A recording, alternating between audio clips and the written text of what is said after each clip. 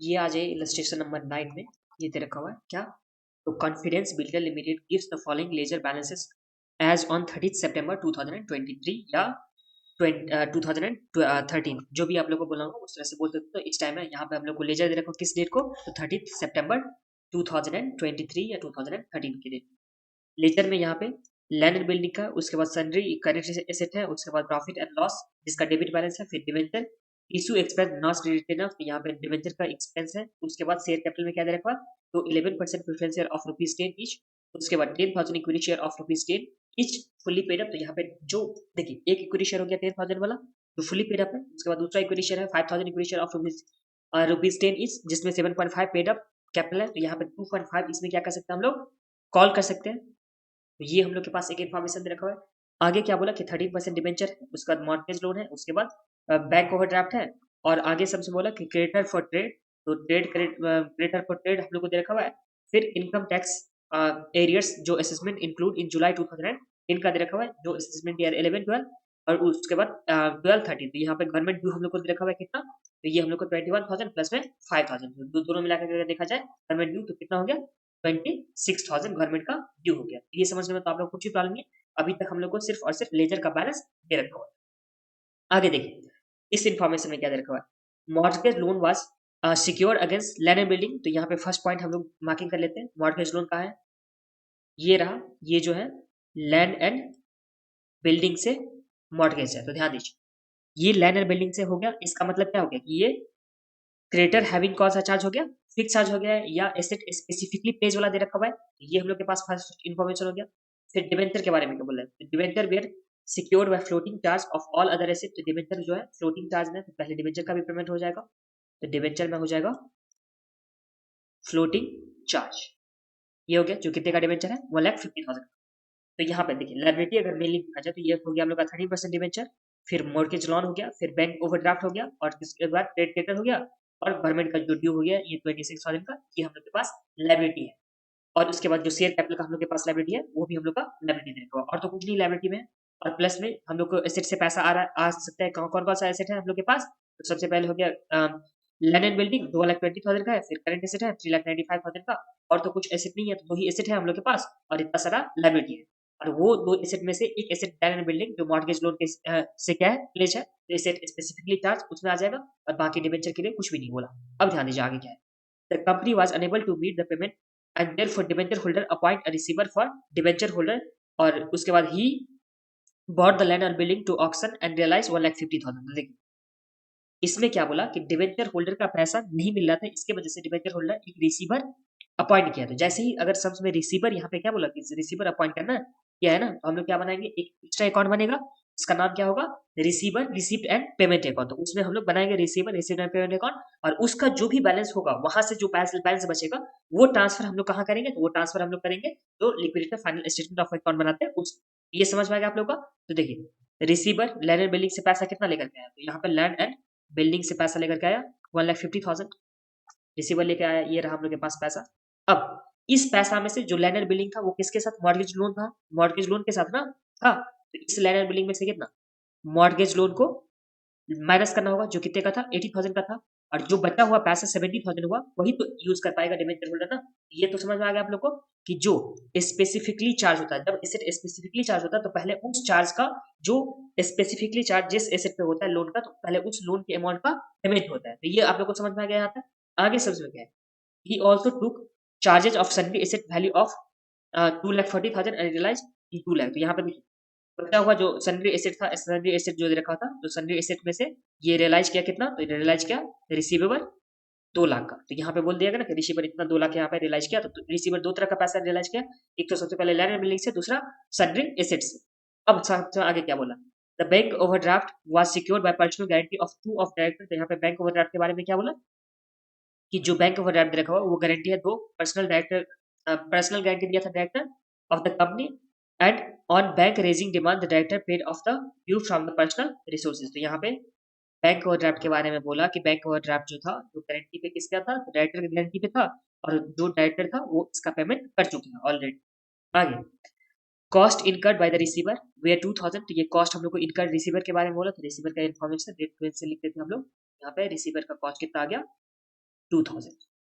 चलिए आगे देखते हैं।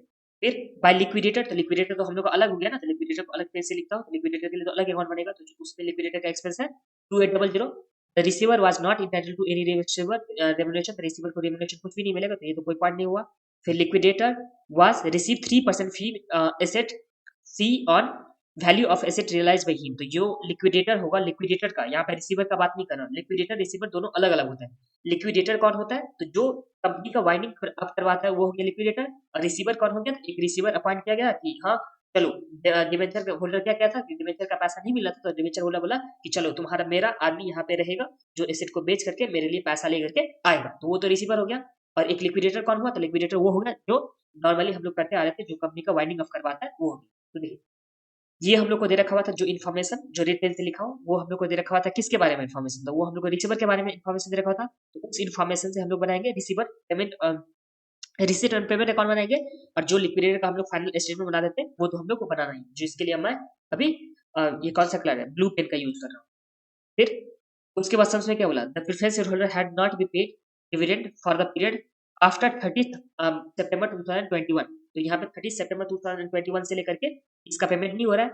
और देखिए इस डेट को हम लोग को बैलेंस दे रखा होता है 30 सितंबर 2013 का, मतलब क्या हो गया कि 2 साल का यहाँ पे डिविडेंड एरियर है, इसका प्रेफरेंस शेयर होल्डर का, तो यहाँ पे प्रेफरेंस डिविडेंड एरियर कितने का दिन का है, तो यहाँ पे 2 ईयर का, तो ये कौन से किस स्टेटमेंट में जाएगा, तो ये जाएगा हमको लिक्विडेशन फाइनल स्टेटमेंट में जाएगा। आगे सबसे क्या बोला, the interest for the last half, यहाँ पे and interest for the last half was due to debenture holder, तो यहाँ पे डिवेंचर होल्डर में लास्ट 0.5 मंथ्स बोलो या 0.5 ईयर बोलो या 6 मंथ्स का इंटरेस्ट बचा हुआ है किस पे, तो डिवेंचर पे, तो ये डिवेंचर हम लोग लिखेंगे किसमें, तो डिवेंचर के लिए तो रिसीवर अपॉइंट हुआ था ना, तो यहाँ पे रिसीवर का इंटरेस्ट ऑन डिवेंचर भी निकालेगा, इंटरेस्ट ऑन डिवेंचर निकालेगा, वो कितने मंथ्स की निकालेगा, तो ये निकालेगा 6 मंथ्स।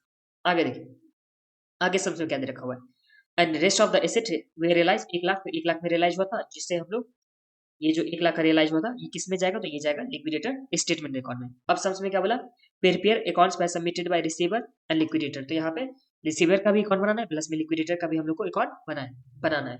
अब इन्फॉर्मेशन तो यही दे रखा हुआ है, इन्फॉर्मेशन एक बार मैं फिर से बता दे रहा हूँ कि देखिए सबसे पहले हम लोग को ट्रायल बैलेंस दे रखा हुआ है, ट्रायल बैलेंस किस डेट को दे रखा था, 30 सितंबर 2013 का। ट्रायल बैलेंस में बहुत सारा इन्फॉर्मेशन दे रखा था, उसके बाद क्या बोला सबसे कि ये जो हम लोग को इन्फॉर्मेशन यहाँ से यहाँ तक था उसका मैं एक बार समरी कर देता हूँ। तो देखिए सबसे पहले बोला कि जो डिवेंचर होल्डर था, देखिए मॉर्गेज लोन जो था यहाँ पे दे रखा हुआ, जो मॉर्गेज लोन था उसके बदले बोला कि लैंड एंड बिल्डिंग है, और जो डिवेंचर है वो फ्लोटिंग चार्ज में है। डिवेंचर होल्डर को पैसा नहीं मिला था इसलिए डिवेंचर रिसीव किया, तो उस टाइम में लैंड एंड बिल्डिंग को डिवेंचर होल्डर कितना में बेचा, सॉरी रिसीवर कितने में बेचा, 1,50,000 में, तो 1,50,000 में, बट ये तो था मॉर्गेज, जिस हिसाब से मॉर्गेज था उस हिसाब को माइनस करने के बाद जो भी बैलेंस बचेगा वो रिसीवर यूज कर सकता है। उसके बाद संडे एसेट को कितने में बेचा, 2 लाख में बेचा, और उसके बाद उसका कॉस्ट कितने का आ रहा था, 2,000 का कॉस्ट आ रहा था, और इंटरेस्ट ऑन डिबेंचर इसे 6 मंथ्स का मिलेगा। ये तो हम लोग का रिसीवर का इन्फॉर्मेशन हो गया। इस टाइम में हम लोग रिसीट एंड पेमेंट अकाउंट बनाएंगे। आगे लिक्विडेशन के टाइम में एक्सेस का हम लोग को दे रखा है, लिक्विडेशन के लिए यहाँ बोला कि सबसे पहले 2800 लिक्विडेशन का क्या हो गया, एक्सपेंस हो गया। उसके बाद 3% इसे मिलेगा, जो एसेट रियलाइज किया था 1 लाख का, उसके 3% इसे रेम्युनरेशन में मिलेगा लिक्विडेटर को। और आगे बोला कि प्रेफरेंस डिविडेंड जो है वो 2 साल से एरियर है, प्रेफरेंस डिविडेंड हम लोग को इन्फॉर्मेशन बस इतना ही दे रखा था, इससे हम लोग को बनाना है। जो फर्स्ट अकाउंट बनाना हो उसको हम लोग क्या बोलेंगे, तो receiver receipt and payment account हम लोग को से बोलेंगे। इसका थोड़ा साइज बड़ा कर दो, हाँ ये हम लोग को बनाना है। एंड दूसरा क्या बनाना होगा, दूसरा हम लोग को बनाना होगा liquidator final statement of account, और ये बहुत ही इजी सम्स है, चलिए बनाते हैं। बस सम्स में दे रखा हुआ था कि हम लोग को 2 अकाउंट बनाना है, तो आप लोग को घबराना नहीं है, दोनों अकाउंट बनाएंगे। जितना इन्फॉर्मेशन दे रखा हुआ था लिक्विडेटर का के लिए तो लिक्विडेटर अकाउंट बनाएंगे, liquidator financial statement, liquidator final statement of account बनाएंगे, और जितना हम लोग को इन्फॉर्मेशन दे रखा होता है रिसीवर का उससे हम लोग बनाएंगे receiver receipt and payment account. तो कॉपी में आ जाइए आप लोग, राइट इलस्ट्रेशन नंबर 9 है, तो इलस्ट्रेशन नंबर 9 कॉपी में आ जाइए।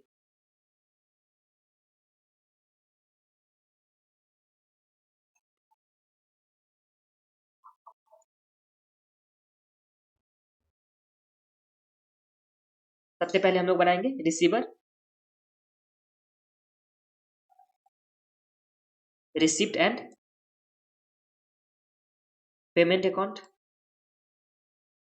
सिंपली बनाएंगे जैसे हम लोग नॉर्मली कैश अकाउंट बनाते हैं उसी तरह से हम लोग बनाते चलेंगे। तो देखिए सबसे पहले रिसीवर क्या था, तो रिसीवर यहाँ पे ये रहा हम लोग के पास इन्फॉर्मेशन कि रिसीवर जो है अपॉइंट हुआ था और रिसीवर लैंड एंड बिल्डिंग को 1,50,000 में बेच दिया था। तो to realisation land and building जो कितने में बेचा था, तो लैंड एंड बिल्डिंग को बेचा था 1,50,000 में।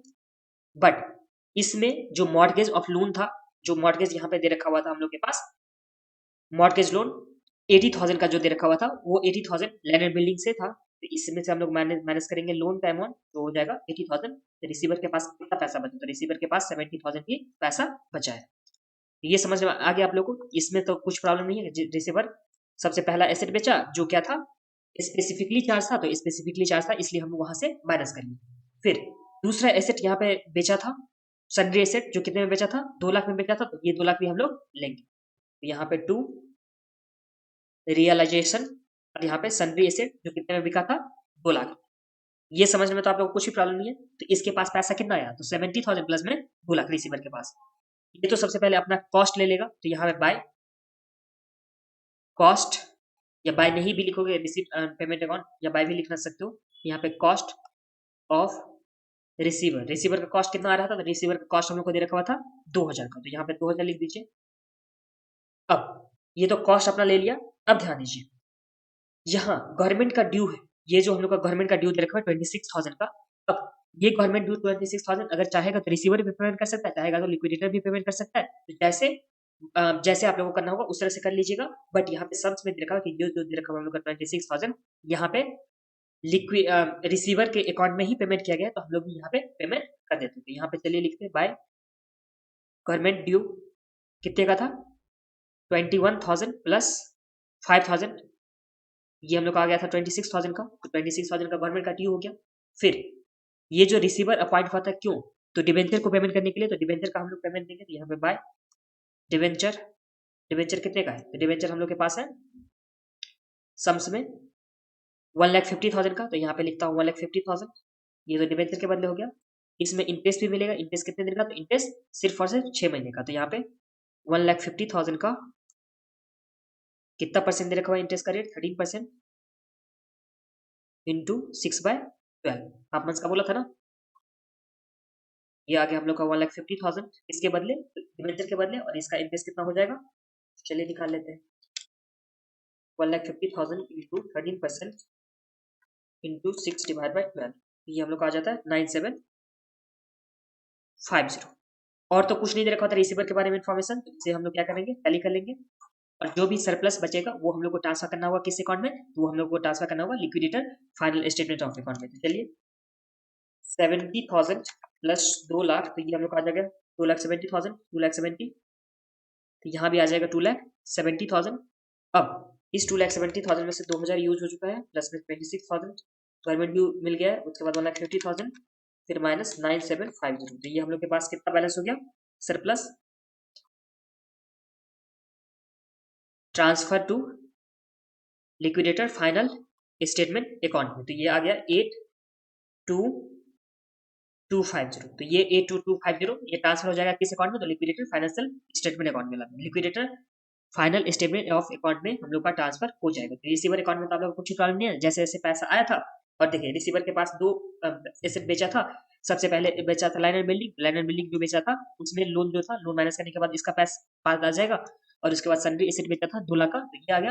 अपना कॉस्ट ले लिया, प्लस में गवर्नमेंट का ड्यू देना होगा तो यहाँ भी दे सकता है या उस अकाउंट में भी दे सकता है। और उसके बाद डिवेंचर खुद के पहले पैसा, उसके बाद इंटरेस्ट का पैसा लिया, और जो भी सरप्लस इसका बच गया ये liquidator final statement of account में ट्रांसफर कर देगा। और ये तो आप लोग को आता है liquidator final statement of account, ये तो आप लोग बार बार बना चुके हो। Liquidator final statement of account में सबसे पहले सरप्लस जो वहां से ट्रांसफर हुआ था ये आ जाएगा हम लोग के पास। तो ये कितने का है, 82,250 का सरप्लस आ गया। अब इसके बारे में क्या क्या इन्फॉर्मेशन रखा था, इसे तो मैंने ग्रीन इस पेन से लिखा था, ब्लू पेन से, ब्लू पेन से। तो इसका एसेट कितने का रियलाइज हुआ था, 1 लाख का एसेट हुआ था। तो यहाँ पे 2 रियलाइजेशन जो था सन्ड्री एसेट जो कितने का था रियलाइज होने के बाद, तो यहाँ पे 1 लाख का इसके पास था।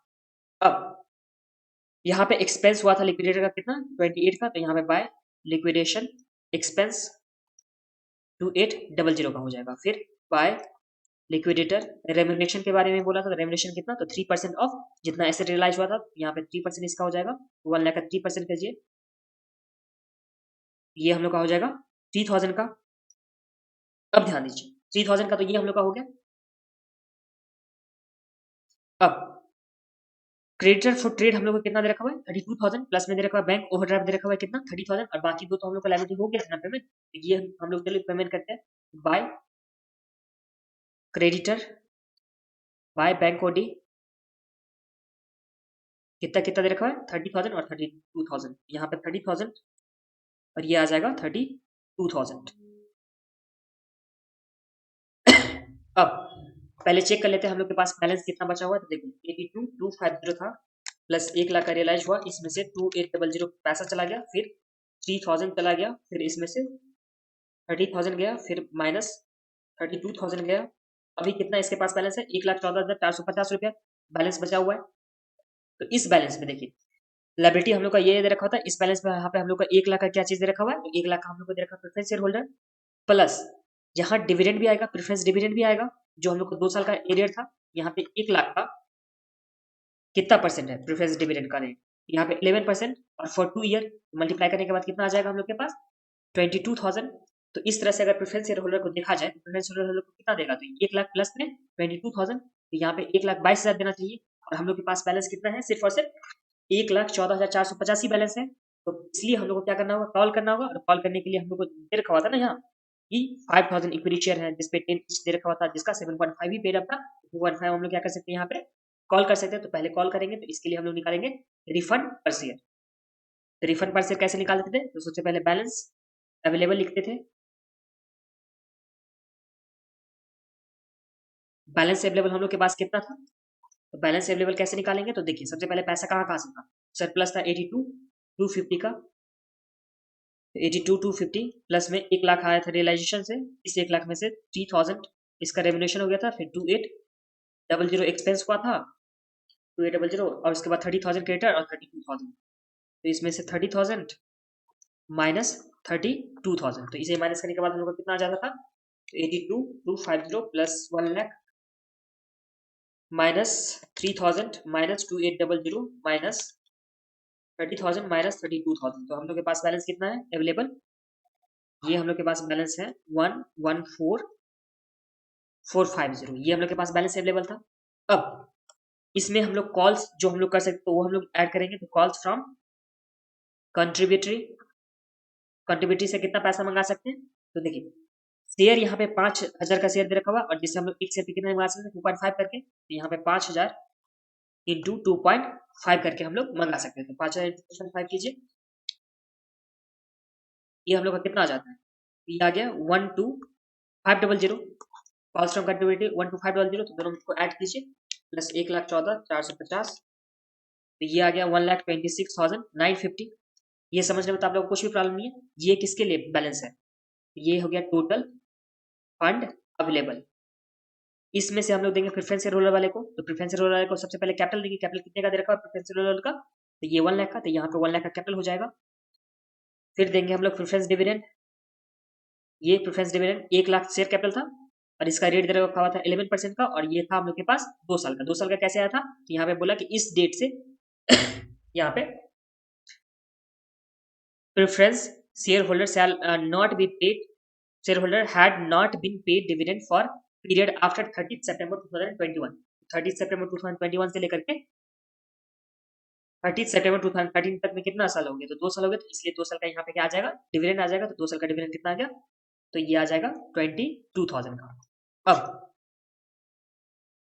Fund available for equity share holder कितना आ जाएगा, तो ये माइनस करने के बाद माइनस 1,22,000, ये आ जाता है 4950, इसमें हम लोग डिवाइड करते हैं किससे से, तो नंबर ऑफ इक्विटी शेयर से, चलिए डिवाइड करके कीजिए, नंबर ऑफ इक्विटी शेयर से इसलिए करें बिकॉज यहाँ पे फेस वैल्यू दोनों का सेम दे रखा है, ₹10 और ₹10, नंबर ऑफ इक्विटी शेयर कितना हो जाएगा, तो 10,000 प्लस 5,000, तो ये आ गया 10,000 प्लस 5,000, तो नंबर ऑफ इक्विटी शेयर कितना आ गया 15,000, और डिवाइड करेंगे तो हम लोग को क्या आ जाएगा रिफंड पर शेयर, तो डिवाइड बाय 15,000, रिफंड पर शेयर कितना आ गया 0.33 रुपीज पर शेयर, ये आ गया रिफंड में। अब ध्यान दीजिए रिफंड करना है कंपनी को कितना 0.33 ऐसा करके रिफंड करना है। इसमें दो तरह का कैटेगरी का यहाँ पे शेयर होल्डर दे रखा हुआ है, एक में दे रखा हुआ नंबर में 10,000, एक में दे रखा हुआ है 5,000। ये दे रखा हुआ है दो तरह का शेयर होल्डर, जिसमें 10,000 और दूसरा में 5,000। अब 10,000 वाले तो फुल्ली पेड अप है, जो 10 का था वो फुल्ली पेड अप था, और ये जो था इसका कितना पेड अप था, इसमें पेड अप यहाँ पे दे रखा हुआ हम लोग के पास सिर्फ और सिर्फ 7.5 का पेड अप था। तो इसमें अनपेड पोर्शन देखा जाए तो इसमें अनपेड पोर्शन कितना हो गया, 0 हो जाएगा अनपेड पोर्शन, और इसमें अनपेड पोर्शन देखा जाए तो इसमें कितना आ जाएगा 2.5 आ जाएगा। इसमें से जो रिफंड करना होगा अनपेड, देखिए इसमें अनपेड पोर्शन कुछ है ही नहीं, इसमें रिफंड कितना करना होगा, इसलिए तो यहाँ पे 0.33, तो इसमें रिफंड कितना आ गया 0.33, ये हो गया रिफंड। और इसमें 2.5 कॉल करना था, ये तो कॉल ही करना ना 2.5, और इस 2.5 में से रिफंड करना कितना होगा, तो रिफंड कंपनी को करना होगा 0.33। तो इस तरह से टोटल नेट में कितना कॉल करना होगा, नेट कॉल ये हम लोग का आ जाएगा, तो नेट कॉल आ जाएगा 2.5 माइनस 0.33, तो ये आ गया 2.17। तो जो हम लोग के पास है 5,000 वाला शेयर, उससे मंगाना है 2.17 मंगाना है, तो ये हम लोग का कॉल्स फ्रॉम कंट्रीब्यूटरी हो जाएगा। तो चलिए लिखते हैं यहाँ पे 2 कॉल्स फ्रॉम कंट्रीब्यूटरी। इसमें कितना मंगाना है पैसा, तो देख लीजिए सबसे पहले शेयर है 5,000, तो 5,000 आ जाएगा। इस 5,000 में से 5,000 इंटू इसमें से मंगाना था 2.5, बट इसे रिफंड कितना करना था 0.3, तो ये हम लोग आ जाएगा कितना कॉल्स करना है। फिर बाय इक्विटी शेयर होल्डर, यहाँ पे था 10,000 शेयर, और एक शेयर पे रिफंड कितना करना था 0.33, और ये तो फुली पेड अप था, तो इसलिए यहाँ पे माइनस में कुछ भी नहीं होगा, 0 हो जाएगा। चलिए निकालिए कितना होगा 2.5 माइनस 0.33 इंटू 5,000, ये हम लोग का आ जाता है 10,850, और इससे पहले इक्विटी शेयर होल्डर वाले से पहले हम लोग को पेमेंट करना होगा प्रेफरेंस शेयर होल्डर वाले को। बाय प्रेफरेंस शेयर होल्डर, जिसमें 1 लाख, तो इसका प्रेफरेंस शेयर कैपिटल हो गया, प्लस में 22,000 क्या था डिविडेंड के बदले, तो ये आ गया 1,22,000। फिर यहाँ पे बाय इक्विटी शेयर होल्डर, जिसमें आ जाएगा 10,000 इंटू 0.33, यहाँ पे 3300 आ गया, और यहाँ पे ये आ गया, और इसके बाद इसे क्या कर देंगे टोटल कर देंगे, और हम लोग का आंसर आ जाएगा, दोनों ही साथ मैच कर जाएगा, और इसके साथ हम लोग का सम्स कंप्लीट हो जाएगा। चलिए कीजिए 82250 प्लस 1 लाख प्लस 10850 1,83,250 प्लस